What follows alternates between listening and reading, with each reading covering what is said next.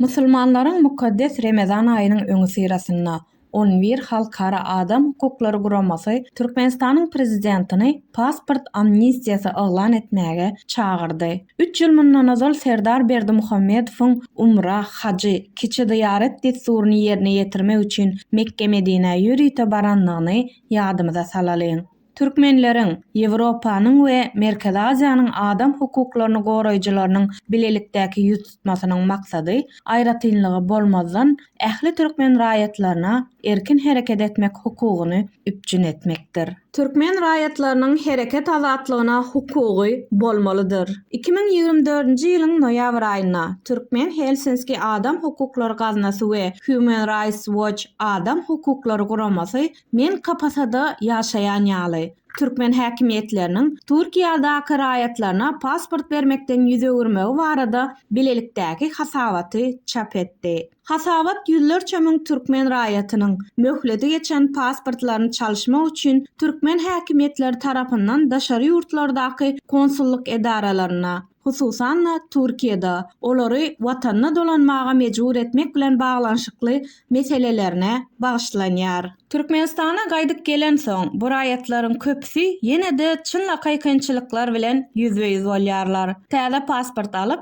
daşary ýurda gidip bilmeýärler. Migrasiýa gullugynyň işgärleri Türkmenistanyň raýatlarynyň käbir kategoriýalary üçin syýahat etmek üçin köp ýyllyk gadaganlyk girizip, bu gadagançylygyň öz başdak bir görnüşidigini dillen aýdýarlar. Bu raýatlaryň daşary ýurtlarda maşgalalary we ýakynlary galýar we meýilnamalary puja çykýar. Syýahat gadaganlyklary girizmek bilen türkmen häkimetleri raýatlaryň hereket azatlygyna bolan esasy hukugyny gödek bozýarlar. Şeýle syýasat döwletiň içerde we daşary ýurtlarda türkmen raýatlaryna barha artýan gözegçiligi barada aladalary döredýär. İnsan hukuklaryny goraýjylar tarapyndan geçirilen gözlegler meseleniň ýygyderli we uzaga çekendigini görkezdi. 2024-nji ýylyň noýabr aýynda adam hukuklaryny goraýjylar resmi Aşgabaty konsullyk we diplomatik wekilhanalar arkaly raýatlaryna pasport bermäge başlamaga çagyrdy. Emma diplomatlar muny etmeýärler. Meseleni çözmek üçin syýasy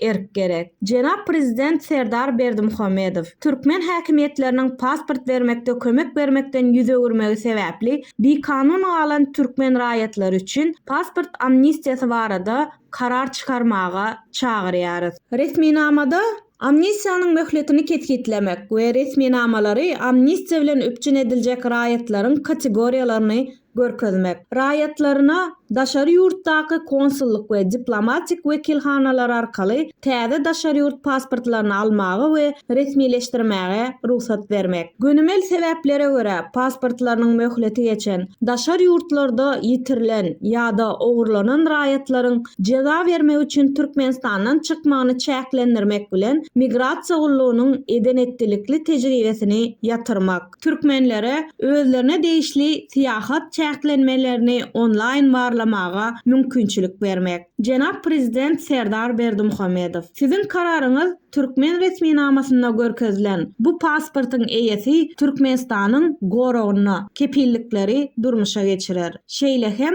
bir näçe halkara adam hukuklary şertnamasyna gatnaşan Türkmenistana raýat we syýasy hukuklar baradaky halkara şertnama 12-nji maddasy laýyklykda iş ýüzünde türkmen raýatlaryna erkin hereket etmek hukugyny berer. Halkara döwlete değişli bolmadyk guramalar we adam hukuklary aktivistleri